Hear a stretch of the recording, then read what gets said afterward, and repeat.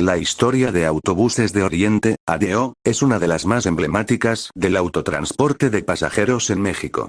Fundada el 23 de diciembre de 1939, la empresa comenzó operaciones con una flota modesta de apenas 6 autobuses en una única ruta. Es por eso que en este video veremos su historia, rutas y cromáticas. Número 1. Fundación y primeros destinos, 1939-1950.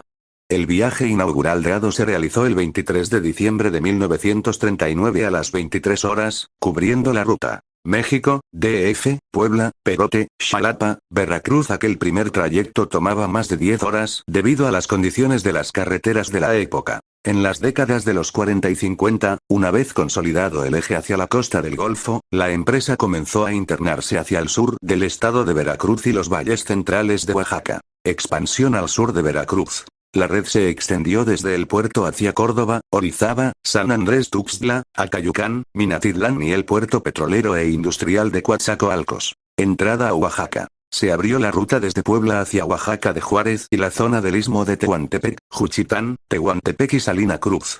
Entre los 60 y los 70, con la construcción de puentes clave y el avance de la red carretera nacional, ADO logró conectar el centro del país con Tabasco y la península de Yucatán, un territorio hasta entonces dominado principalmente por la navegación marítima o el ferrocarril. Paso a Tabasco. Llegada a Cárdenas y Villahermosa. Conexión peninsular. Desde Villahermosa la ruta continuó hacia Ciudad del Carmen, Campeche y Mérida. El boom del Caribe. Hacia los años 70, con la fundación y desarrollo turístico de Cancún, la línea extendió sus corridas hasta el norte de Quintana Roo y el sur hacia Chetumal. En los 80 y 90, se tupió la red de rutas intermedias y se integró por completo el estado de Chiapas, además del norte del Golfo. Eje chiapaneco. Cobertura de Tuxtla Gutiérrez, San Cristóbal de las Casas, Tapachula, Comitán y Palenque. Corredor norte del Golfo. Consolidación de corridas hacia la Huasteca y el sur de Tamaulipas, Poza Rica, Tuxpan, Tampico y Altamira. Ya de los 2000 al presente, la expansión ya no fue solo abrir caminos nuevos, sino optimizar tiempos con autopistas de cuota y conectar nodos estratégicos de transporte. Conexión aeroportuaria directa. Corridas directas desde distintas ciudades del sur / este hacia el Aeropuerto Internacional de la Ciudad de México, AIGM, y el Aeropuerto de Cancún. Segmentación de servicios. Mismas rutas pero divididas en niveles de servicio directos y sin escalas, ADO GL y ADO Platino, optimizando el tiempo de viaje respecto a la ruta inaugural de 1939. Número 2. Cromáticas. En los inicios de la empresa, allá por los años 40 y 50, los autobuses ostentaban una estética sumamente sobria y clásica. La carrocería lucía tonos neutros donde predominaba el gris o plateado metálico, complementado con elegantes franjas horizontales en color vino o tinto. En los costados destacaba un emblema muy característico. El primer logotipo alado con las siglas ADO pintadas con dorado y negro, proyectando una imagen de elegancia y formalidad para la época. Avanzando hacia las décadas de los 60 y 70, coincidiendo con la llegada de modelos icónicos como los Dyna Flexible y Olímpico, la imagen corporativa se unificó y se volvió un símbolo inconfundible en las carreteras mexicanas.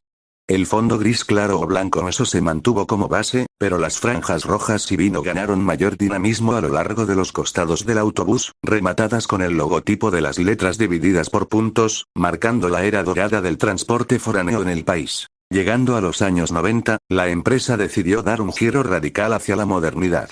El color blanco pasó a ser el protagonista absoluto de toda la carrocería, sirviendo como lienzo para la famosa ola roja. Una serie de trazos estilizados en tonos rojo brillante y gris que simulaban movimiento y velocidad en los costados.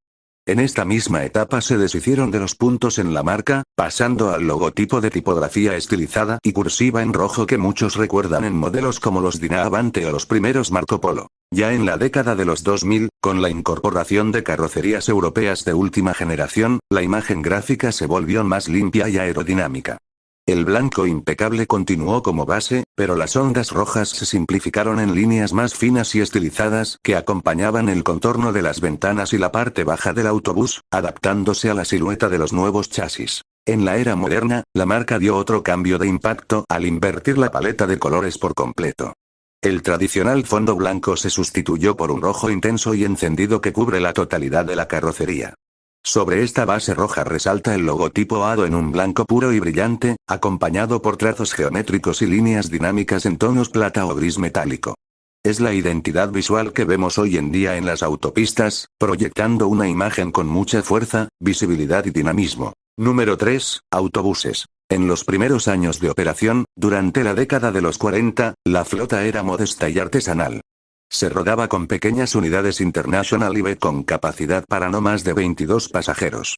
Eran vehículos con estructuras de madera recubiertas de metal, trompudos y de suspensiones rústicas, pensados más para resistir las brechas de piedra y terracería entre el DF y Veracruz que para brindar confort. Entrando a la década de los 50, la empresa dio el salto hacia carrocerías integrales de aluminio con los modelos Fishbone y los legendarios General Motors Mascota.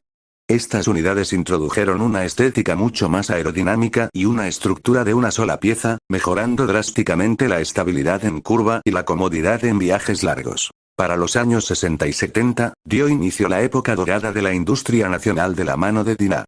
Primero aparecieron los Dyna Flexible y Cube, bautizados popularmente por el pasaje como los jorobados, debido al curioso escalón en el techo de su diseño norteamericano adaptado. Poco después, a finales de los 60 y con el marco de las Olimpiadas de 1968, nació el rey indiscutible de las carreteras mexicanas, el Dyna Olímpico.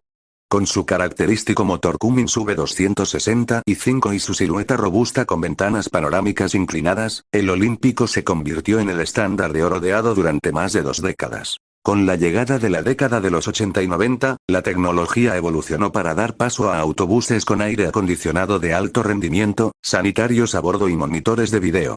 Fue la era de transición con el Dyna Avante y el imponente Dyna Dorado, mientras que a la par comenzaban a rodar las primeras carrocerías sudamericanas como los Marco Polo Paradiso y los elegantes Buscar, marcando el fin de la hegemonía de Dyna en la empresa. Al cruzar a los años 2000, la flota se transformó por completo al adoptar chasis y motores europeos de última generación. Hicieron su entrada triunfal los Mercedes-Benz O371 y O400, seguidos por el salto cualitativo hacia la firma vasca Irizar con sus modelos Century y PB, así como la irrupción de Volvo con las plataformas 7550 y 9700, que impusieron nuevos estándares en insonorización y sistemas de frenado. En la era moderna, la vanguardia tecnológica y el diseño futurista dominan la flota.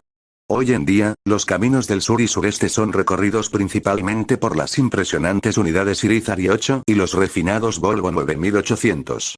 Autobuses dotados de tecnología ecológicamente eficiente, sistemas autónomos de asistencia al frenado, suspensión neumática inteligente y cabinas hiperconectadas que distan enormemente de aquellos 6 camiones con los que inició la travesía en 1939.